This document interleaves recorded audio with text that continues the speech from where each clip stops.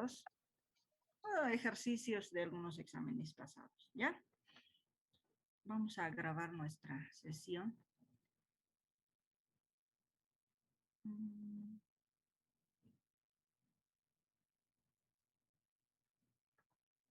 Bien, ahora sí, a partir de este momento se está grabando entonces la sesión, ¿ya? Dice, la temperatura de ebullición del helio a la presión de una atmósfera es 4.2 Kelvin.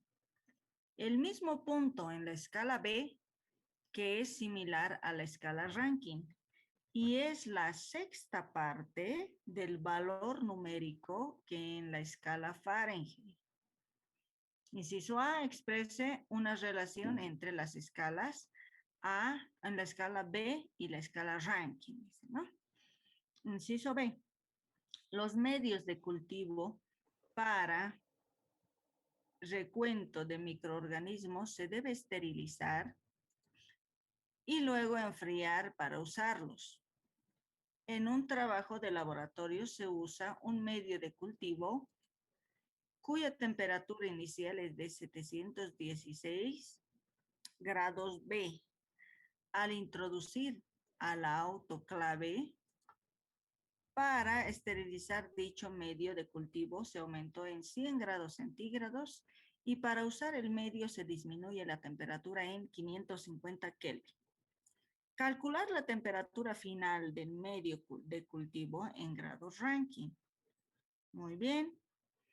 Nos están dando dos parámetros, ¿no? Entonces decimos, tenemos la temperatura en Rankine. Y nos dice que es 716 grados B.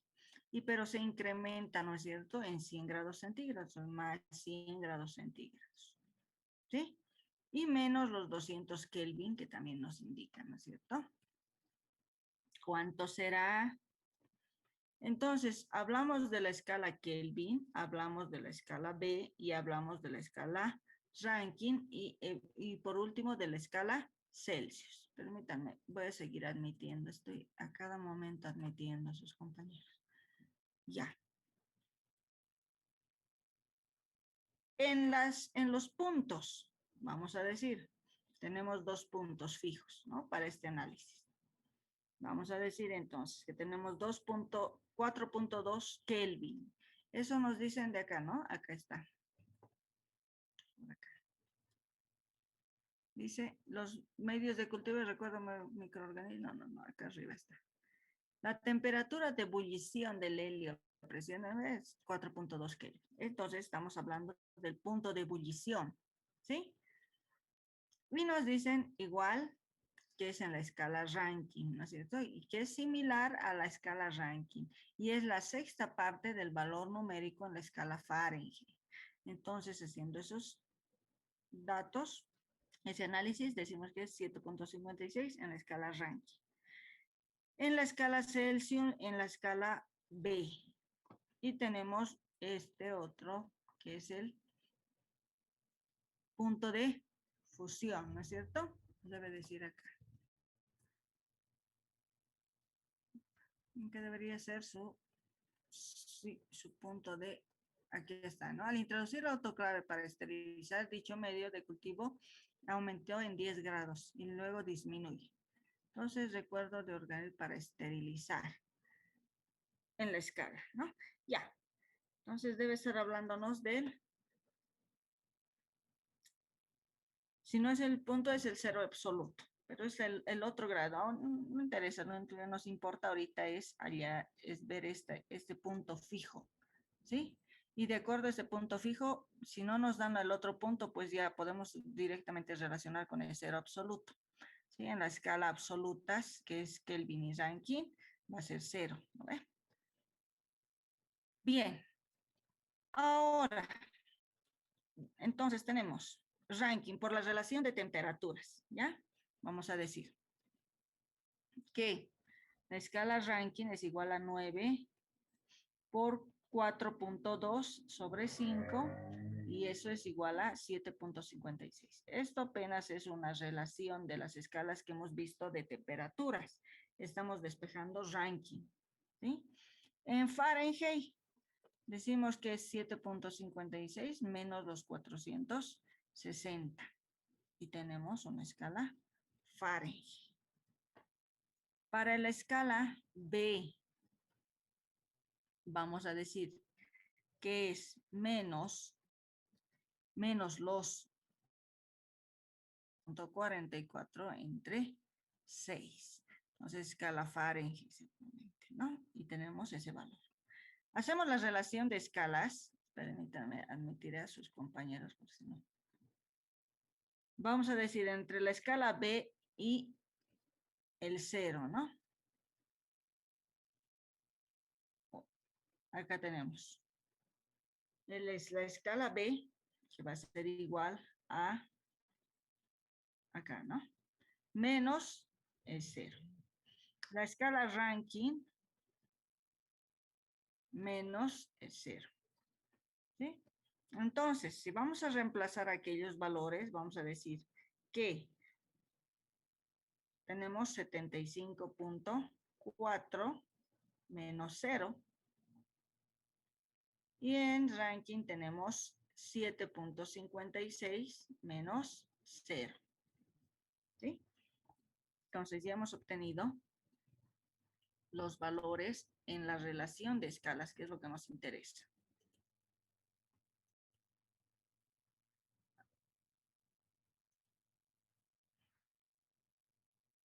Un minutito, ya voy a admitir a sus compañeros.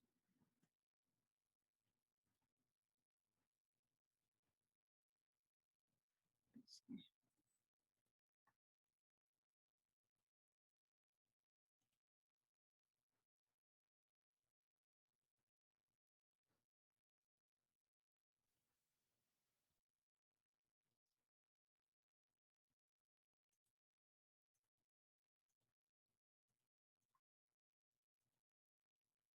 Ya creo que son todos. Bien. A ver. Continúa. Apaguen sus micrófonos los que han ingresado recién, por favor. Entonces tenemos la escala Rankine, despejamos de acá la escala Rankine y vamos a decir que es igual a 7.56 entre 75.4. Estamos despejando simplemente de B, ¿no? Y hemos hallado una relación adecuada para poder trabajar, ¿no? El inciso B ahora nos pedía, ¿no? Y nos decía, expresa una relación entre la escala B y la escala Rankine. Y ya está acá, entre la escala B y la escala Rankine. Hemos hallado esa relación. ¿A partir de qué? De los puntos, ¿no? De los puntos fijos de ebullición y de fusión. Ahora el inciso B nos dice, los medios de cultivo los de microorganismos deben esterilizarse, dice, ¿no? Luego de usarlos, y la temperatura inicial es 716 B. Al introducir un autoclave, se debe esterilizar dicho cultivo y se aumenta en 100 grados centígrados, ¿no? Y tenemos. Calcular la temperatura final del medio de cultivo en grados Rankine, nos están pidiendo. Entonces vamos a decir 716 de grados B a Rankine.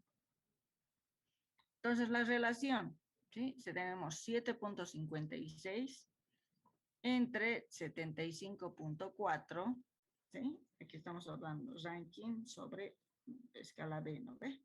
Por 716. Y hemos obtenido el valor en Rankine. En Rankine, ¿sí? Si aquí hemos encontrado la relación de Rankine a B, estamos simplemente reemplazando para 716 grados B. Entonces, en vez de B, vamos a poner los 716. Ahora, 100 grados centígrados a Rankine. Entonces, Kelvin, sabemos que tenemos que sumar grados centígrados más 273. Entonces, en este caso es 100 grados centígrados. Entonces, voy a poner 100 más 273 y obtenido en Kelvin. Kelvin llevar a Rankine, voy a decir 9 por 33 entre, sigo admitiendo un ratito.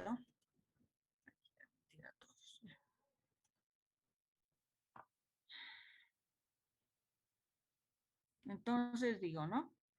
Ranking va a ser 9 por 373 entre 5. Sí, sí.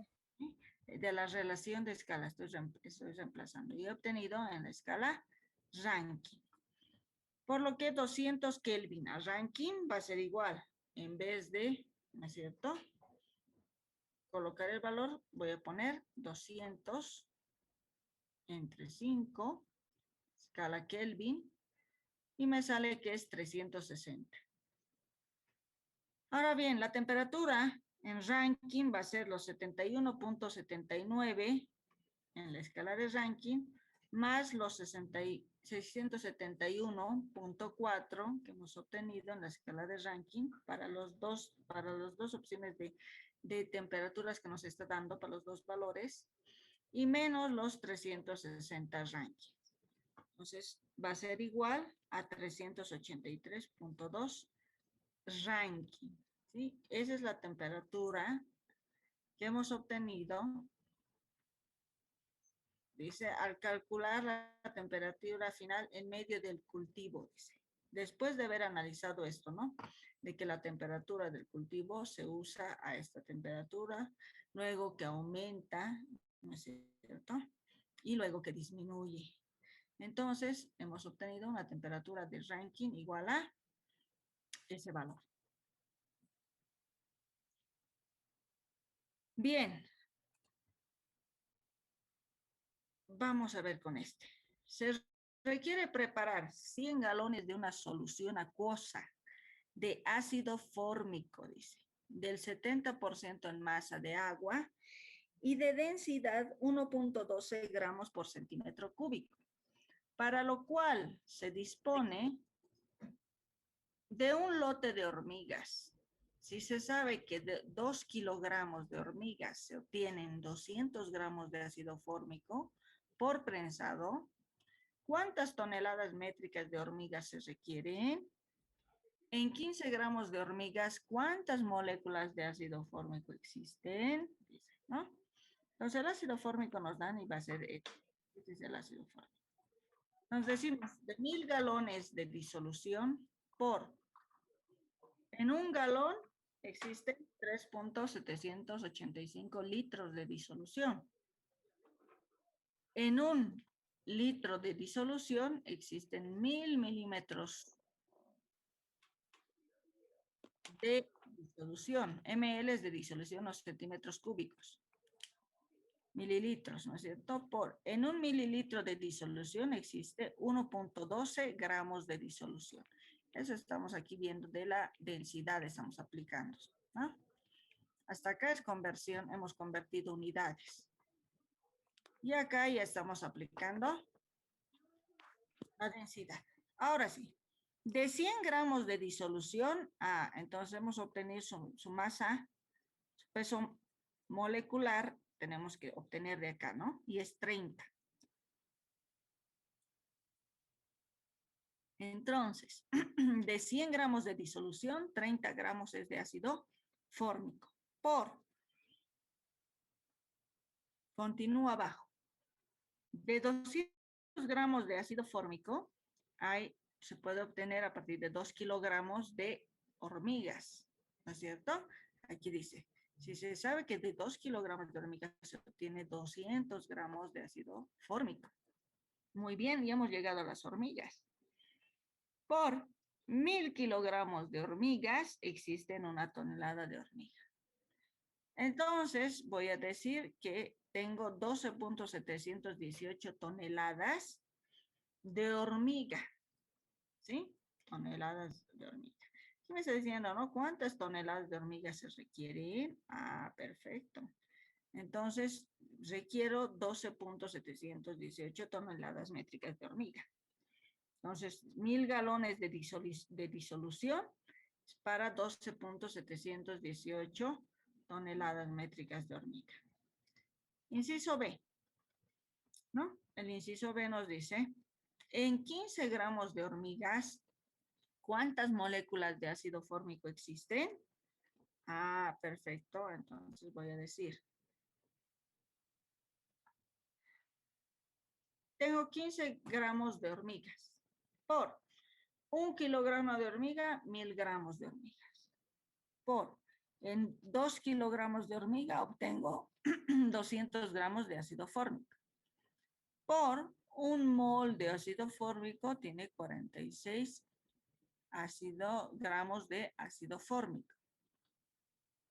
En 1 mol de ácido fórmico existen 6,023 por 10 a la 23 moléculas de ácido fórmico. Y he obtenido la cantidad en moléculas del ácido fórmico. Entonces quiere decir que a partir de 15 gramos de hormigas puedo obtener 1.964 por 10 a la 22 moléculas de ácido fórmico. ¿Sí? Eso es lo que nos está indicando el ejercicio. ¿No ven? El ejercicio. ¿Está bien? Vamos con otro. Dice, una joya de oro y cobre de 74 gramos se introduce en una probeta que contiene un volumen inicial de 30 ml. Se introduce la joya y el volumen incrementa a 35 ml. Si la densidad del oro y del cobre son 19.6 y 8.85 gramos centímetros cúbicos respectivamente, ¿de cuántos quilates será la joya? Dice, ¿no? Entonces, veamos. El volumen desalojado del agua es el volumen de la joya, ¿no es cierto? Sí, porque el volumen de la joya como tal va a representar cierto volumen. Los 35 ml menos los 30 ml, 5 ml, que va a ser el volumen de la joya, ¿correcto? Aquí nos dicen, ¿no? Se introduce 35 ml, ¿no? Y si la joya y todo incrementa a 35 ml, entonces es evidente que 5 ml va a ser el volumen de la joya. Ahora, el volumen de la joya es igual al volumen del oro y el volumen del cobre. Por otro lado, el volumen de la joya va a ser igual. Volumen es igual a ¿qué? Esto partimos del concepto de densidad. Densidad es igual a masa sobre volumen. Si despejo volumen va a ser igual a masa sobre densidad. ¿De qué? De oro. Lo mismo para el cobre. Entonces, masa de cobre sobre densidad de cobre. Si se reemplaza estos datos, se va a obtener que 5, que es el volumen de la joya, va a ser igual a masa del oro entre la densidad del oro que tenemos acá, ¿no ven? Del oro y del cobre. Estamos despejando y vamos a decir que es igual a esta relación. La joya tiene una masa de 37 gramos, por lo tanto se tiene, dice. La masa tiene la joya tiene una masa de 37 gramos. Entonces, vamos a decir que la masa del oro más la masa del cobre es igual a 74. ¿Sí?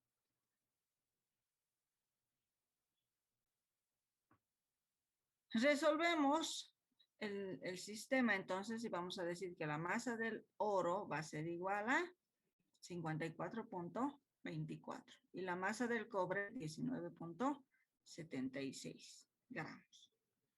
Y como se conoce que es de 24 quilates, y eso quiere decir 24 partes de oro en 24 partes de joya, entonces se tendrá que 24 gramos de joya por 54.24 gramos de oro entre los 74 gramos de joya. Esto es igual a 17.6 y eso es igual a 18 gramos de oro aproximadamente. ¿Sí? Gramos de oro.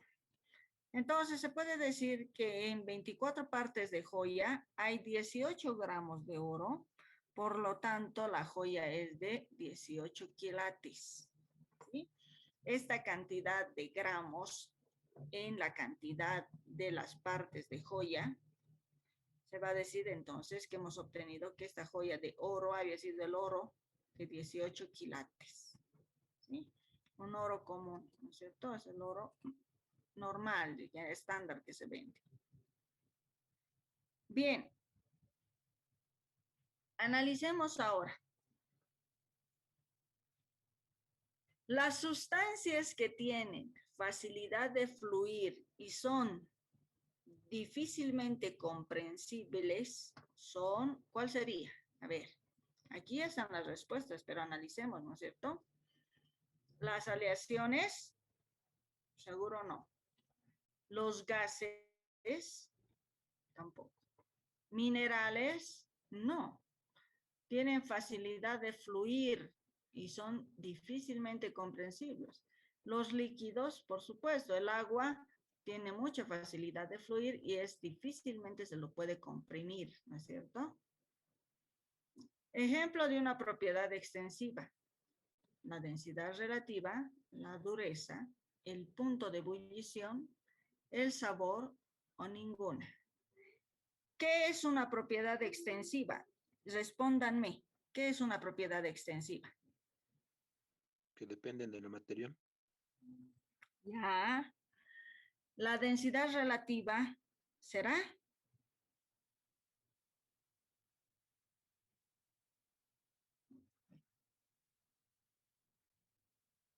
¿Será?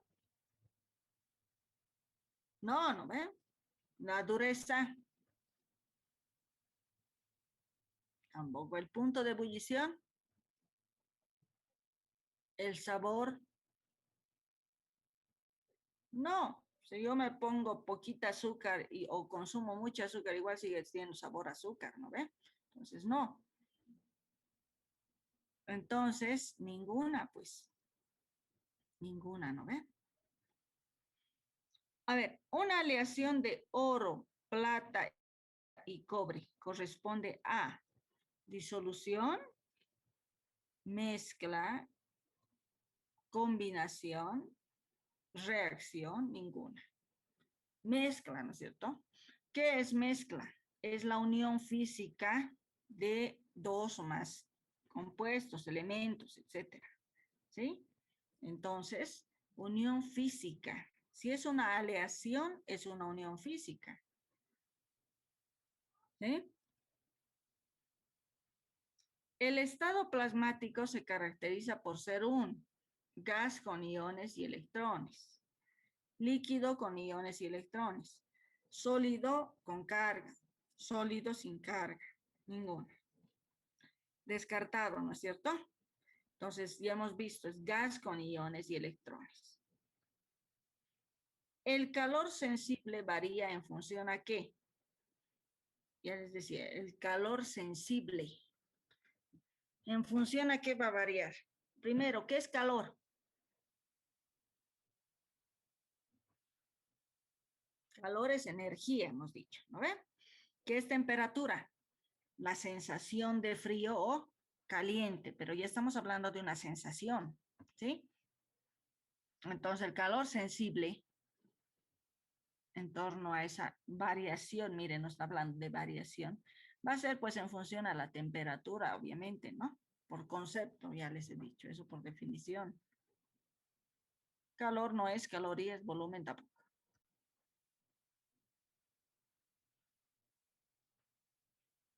A ver, la partícula más pequeña de un elemento se define como, ¿cómo qué? Átomo, por supuesto, ¿no es cierto? Esa es la partícula más pequeñita de un elemento. Indivisible. Sí, aquí tal vez ha faltado que pongan indivisible, ¿no? Pero es la más pequeña, les están diciendo. Entonces va a ser el átomo. ¿Sí? Ninguna de las otras. ¿Qué estado de agregación de la materia presenta menor cohesividad entre sus átomos? Primero, la cohesividad está relacionada, les decía, ¿a qué? A las fuerzas de atracción, ¿no es cierto? Entonces, en el estado sólido, ¿cómo es la cohesividad? Elevada, pues, ¿no ve? En el estado gaseoso, casi no existe cohesividad. prácticamente, ¿no ve? Porque sus partículas están al azar, de aquí para allá, o sea, son bajísimas sus fuerzas de atracción. Por ende, casi no son nulas, la cohesividad es nula. En el estado líquido, sus fuerzas de atracción son menores que el estado sólido, y tienen también una cierta cohesividad menor, obviamente, al estado sólido. En el estado gaseoso estamos diciendo que son casi ínfimas, o sea, nulas prácticamente. Entonces, ¿en qué estado se presentará menor cohesividad? En el estado líquido, ¿sí? Por todo lo que estamos hablando y lo que hemos ido analizando.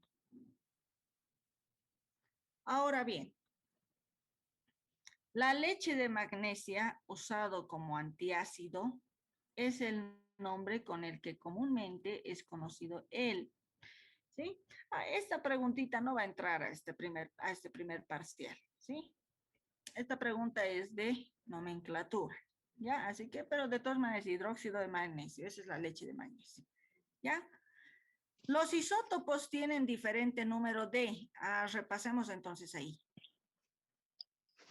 Los isótopos.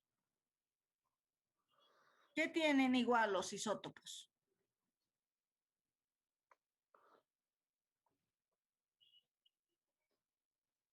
A ver, los isótopos, ¿cómo son? Electrones. Un número atómico. ¿El número atómico es igual o es distinto? Peso atómico. El número atómico es igual, ¿no ve? El número de masa es distinto. Pertenecen al mismo elemento, ¿sí? Sus números de neutrones son diferentes. Por ende, en los isóbaros, ¿sí? ¿Cómo son? Los isóbaros, el número de masa es igual, el número atómico es distinto. El número pertenece a distintos elementos, ¿sí? Y el número de neutrones también es diferente. ¿Sí? Entonces ahí podría haber no está muy clara esta pregunta, podría ser isótopos o isóbaros, ¿no ve? Los isótonos son los únicos, en los isótonos todo es diferente. Lo único que es casualmente igual son el número de neutrones en los isótonos. Es lo único que es igual. Entonces, en este caso, como están los isótopos, vamos a decir que es los neutrones, ¿no? Los neutrones, ¿ya? A ver, ¿cuál de las siguientes o de los siguientes términos es un fenómeno químico? ¿La caída libre, fenómeno químico? No, es un fenómeno físico, ¿no ve? La ebullición, no, pues el agua hierve, se vuelve vapor, pero sigue siendo agua, ¿no es cierto? Y ayer decíamos, fenómeno químico es aquel que cambia en la naturaleza íntima de la materia, afecta a la naturaleza íntima de la materia. Entonces, no es un fenómeno químico. La explosión, por supuesto, ¿no ve? Ese sí va a ser un fenómeno químico. ¿Por qué? Porque si bien se tenía una granada, cuando explota ya no, pues ya no es granada, es polvo, es ceniza, es carbón, todo, menos granada. Y eso difícilmente, si no es que imposible, vuelve a ser granada. O sea, es un fenómeno químico donde ha afectado la naturaleza íntima de la materia. Vamos con otra. El calor es una manifestación de... el calor había sido una manifestación de energía. De energía, ¿no es cierto? Ese es el calor. Si fuese la temperatura, es una manifestación, bueno, no sería manifestación. La temperatura es una sensación de frío o caliente. Ahí sí sería el inciso 1, ¿no es cierto? O el A. Entonces, energía. En un sistema aislado existe un intercambio con el medio exterior ¿de qué? Estamos hablando de sistema aislado. ¿Existe intercambio de materia? No, ¿no es cierto? ¿Existe intercambio de energía? Sí. En un sistema aislado, acuérdense. No, tampoco. Tampoco, ¿no ve? Ambos, materia y energía, existe intercambio. Si es aislado, ¿no ve? Entonces, ninguno. Ahí tenemos que tener bien presente lo que ayer igual repasábamos. Un sistema, ¿no es cierto? Es abierto cuando existe intercambio de materia y energía, ambos. Eso es abierto. Un sistema es cerrado cuando solo existe intercambio de energía, es cerrado. Y un sistema es aislado cuando no existe intercambio ni de materia ni de energía, o sea, nada, masa ni energía, no existe intercambio. ¿Ya? Vamos con otra pregunta. La cantidad de calor necesaria para elevar 1 grado Fahrenheit en una libra de agua o para una libra de agua, ¿qué unidades? Eso hemos repasado igual, es indicado. ¿Qué sería? ¿Caloría o kilocaloría? No, ¿no es cierto? En el sistema inglés, la unidad de calor para elevar 1 grado Fahrenheit a una libra de agua es el BTU, eso les he dicho. En cambio, en el sistema métrico, la unidad del calor es la caloría, o puede ser también kilocaloría para elevar 1 grado centígrado desde 14.5 a 15.5 grados centígrados. Eso sería caloría. Pero en este caso nos están diciendo 1 grado Fahrenheit en una libra de agua. Entonces eso es en el sistema inglés. Y en el sistema inglés es el BTU. ¿Sí? El Joule es en el sistema internacional. ¿Sí? Y ahí las otras derivaciones que es el ERG, etc.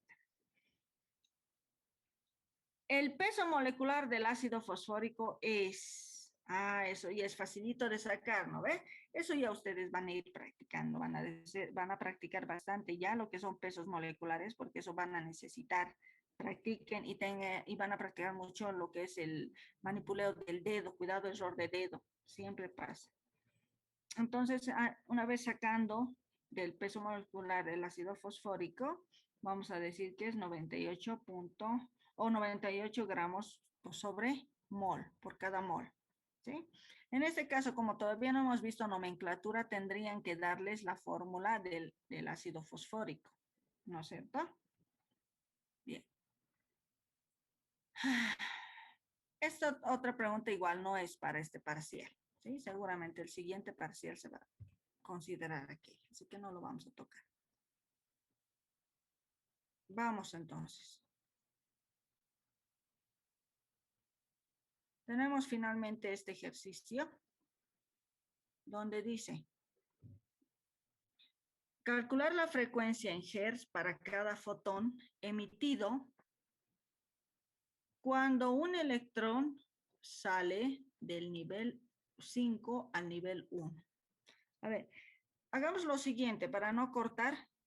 Estamos ya, se va a cortar, si no, salgan y vuelven a ingresar con el mismo link, ¿ya? Nos vemos en un momentito, vuelven a ingresar.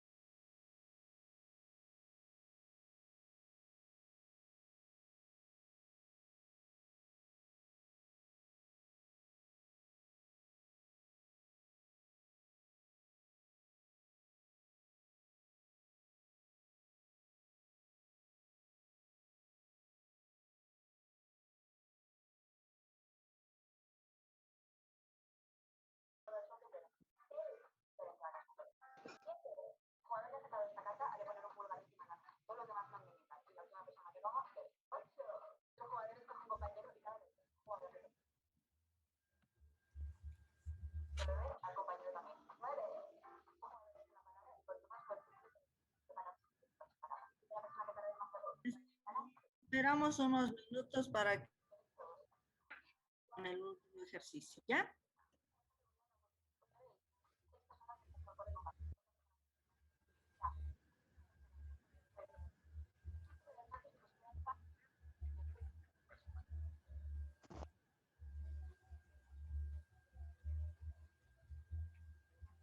¡Basta!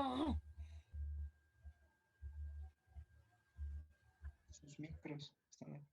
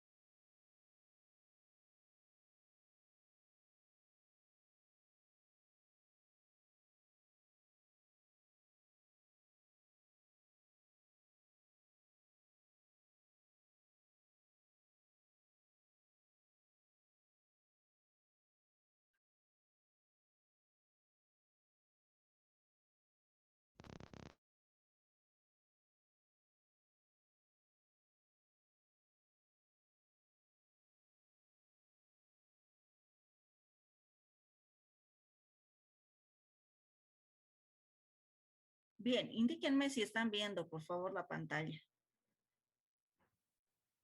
Se ve, Inge. Sí, Inge. Perfecto. Sí, se ve. Muy bien. Ahora sí.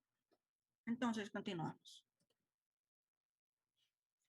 Dice, calcular la frecuencia en Hertz para cada fotón emitido cuando un electrón sale del nivel 5 al 1 en un átomo de hidrógeno.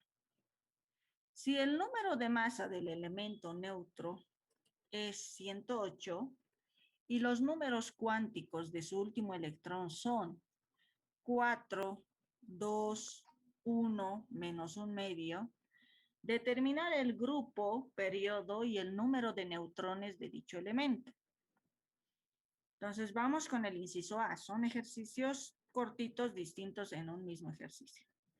Entonces vamos a decir, ¿no? La frecuencia nos pide hallar en Hertz de un átomo de hidrógeno. Entonces vamos a trabajar con Bohr, ¿no ve? Bohr, ¿qué nos dice? La energía de Bohr nos dice, ahora sí, nos dice que va a ser igual a una constante y vamos a restar los niveles de energía, ¿no? Porque es 1 sobre el nivel de energía al cuadrado, pero en este caso está 2 niveles vamos a considerar. ¿Por qué? Porque está bajando del 5 al 1. Entonces vamos a decir, ¿sí? 2.18 por 10 a la menos 18 joules en joules. Y vamos a, aquí estamos invirtiendo, ¿no es cierto? Es N inicial menos N final. Vamos a invertir porque aquí el signo es negativo para contrarrestar el signo. Entonces vamos a decir 5 al cuadrado, que es el nivel final, ¿no ve? Menos 1 al cuadrado. Es igual a menos 2,09 o 0,928 por 10 a la menos 18 joules. ¿Sí? No estamos grabando esta sesión. A ver, grabaremos en un minuto. Para que les pase esta sesión más, ¿ya? Se los voy a subir a la plataforma esta sesión también. Entonces, vamos a decir, si conocemos las energías, se va a poder calcular la frecuencia. ¿Sí? La energía va a ser igual a la constante de Planck por la frecuencia. Entonces, la frecuencia va a ser igual a la energía disipada entre la constante de Planck. La energía tenemos, sí, acabamos de hallar el átomo de hidrógeno, ¿no es cierto? Y la constante de Planck también la tenemos. Entonces vamos a decir que sale 3,157 por 10 a la 15 segundos a la menos 1. Joules con joules se van a ir y esto es 1 sobre segundo. Eso es igual a segundo a la menos 1. Y eso equivale a un ciclo por segundo. Y eso equivale a hertz. Ese es el concepto de hertz, ¿ya? Entonces, hertz es igual a 1 sobre segundo a la menos 1 o segundo a la menos 1 o un ciclo por segundo, igual. Entonces, hertz. Entonces, la frecuencia va a ser igual a 3,157 por 10 a la 15 hertz. Hemos determinado la frecuencia de este fotoncito, ¿ve? De este electrón cuando cae del 5 al 1, al primer nivel. Vamos con el inciso B. El inciso B dice, nos pide determinar, ¿no? Nos dice si el número de masa es determinar el grupo, periodo, número de neutrones de dicho elemento. Entonces, tenemos, ¿no? Dice, para presentar en su tercera etapa un electrón desapareado, entonces la configuración electrónica será, vamos a tener esta configuración electrónica, ¿sí? Z va a ser igual a 38 más X, ¿no? Más X. Aquí estamos, ¿no? Z va a ser igual al número de electrones. Sabemos que es igual al número de electrones, ¿no? Asumiendo que es un átomo neutro, ¿sí? Asumimos que es un átomo neutro. Entonces, si nosotros sumamos 2, 2, 6, 10, ahí se van 10, ¿no ve? Más otros 10, más otros 10 son 30, 36, 38, ¿no ve? Entonces, de los 4 números cuánticos para el último electrón, N igual a 4, L igual a 2, M igual a 1 y S igual a menos un medio. Eso dice, ¿no ve? 4, 2, 1 y menos un medio. Entonces, para un M1, ¿qué vamos a tener? Que va a ir desde menos 2, menos 1, 0, 1 y 2. Entonces, vamos a decir, ¿sí? En la casilla, ¿no? Estamos apareando los espines. Entonces, decimos que Z va a ser igual a 38 más 9 igual a 47, ¿sí? 47. Los 2, 4, 6, 8 y 9, ¿no ve? 47. Pertenece al quinto periodo. El grupo 1B, ¿sí? Va a pertenecer al quinto periodo y el grupo va a ser 1B, de acuerdo a la clasificación en la tabla periódica. N va a ser igual a A menos Z, ¿no es cierto? A menos Z. N va a ser igual a, ¿tenemos? Sí, que son 108, nos dice, ¿no ve? El elemento neutro, su número de masa es 108. Para elemento neutro nos está diciendo. Por eso es que hemos trabajado con Z igual al número de electrones, ¿no ve? Al número de electrones. Entonces, menos los 47 que es Z, y vamos a obtener 61. N va a ser igual a 61. Entonces, el número de neutrones de dicho elemento había sido 61, ¿sí? Bien, hemos hecho el día de hoy y todos estos días hemos estado viendo bastantes ejercicios, les he estado mostrando a través de acá, de la pantalla. Y estos videos también lo voy a subir a la plataforma, por supuesto. No se olviden revisar la plataforma. Es importante que revisen ya y que vean los videos. Y no se dejen pisar con el tiempo. Es importante que puedan revisar. Recomendaciones para el examen. Jóvenes señoritas. Importante que, primero, verifiquen todos sus dispositivos, los que van a utilizar o el que van a utilizar. Ojo, el día de ayer les he recomendado, si entran por celular no pueden ingresar luego por computadora. O si entran por computadora no van a poder conectarse por celular luego. Entonces es importante que puedan verificar, ¿ya? Eso. Estén atentos, inclusive una hora antes, ya estén preparados. No estén esperando porque siempre existe alguna falla. Una hora antes ya estén ustedes listos, ya preparados, ya hayan desayunado, no estén con el estómago vacío porque eso se les baja el azúcar y resulta que después hasta se nubla, ¿no? O sea, no entendemos lo que estamos viendo, ¿ya? Desarrollen con calma sus ejercicios. Lean muy bien en la parte teórica.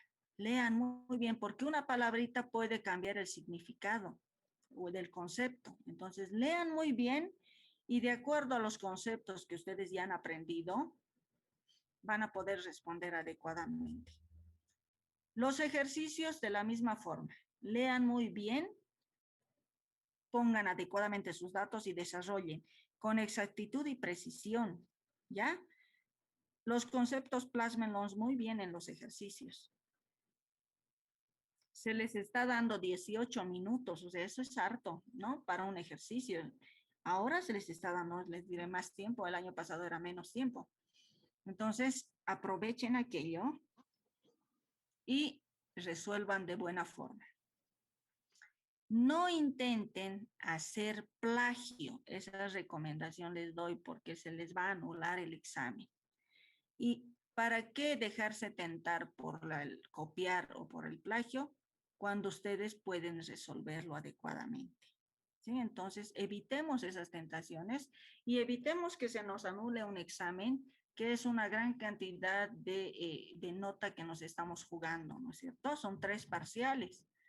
Y las prácticas, obviamente, que se van a sumar. Por eso tampoco descuiden el tema de las prácticas que les dan, háganlas. ¿Ya? Ahí nos estamos jugando 10 puntos. Entonces, por favor, todas esas recomendaciones necesarias. Cualquier duda que tengan, me indican con toda confianza, como siempre, que les doy, me escriben al chat. ¿Ya? Tenemos ya un grupo, ¿no es cierto?, para poder intercambiar opiniones, ahí ya intercambiamos opiniones. Pero ojo, el día del examen, ese grupo no debe estar activo. Ya, ese grupo, ustedes no pueden estar perdiendo el tiempo conversando o hablando o escribiéndose. Entonces, por favor, tomen en cuenta aquello. ¿Ya? Bien, ¿alguna pregunta? ¿Alguna duda antes de irnos? Ingeniera, ¿va a entrar nomenclatura en el primer parcial? ¿O solo para No. Ya les he dicho que va a entrar desde la primera clase, ¿no ve? Ya tenemos qué es lo que va a entrar, ya sabemos. ¿Qué temas van a entrar? Repito, miren, es la última clase, ya tenemos que tenerlo claro. Conceptos fundamentales, átomos y moléculas y estructura atómica. Eso entra a nuestro primer parcial. ¿Ya? ¿Alguna duda más? Ingeniera, este video de lo que hemos hoy avanzado, ¿lo vas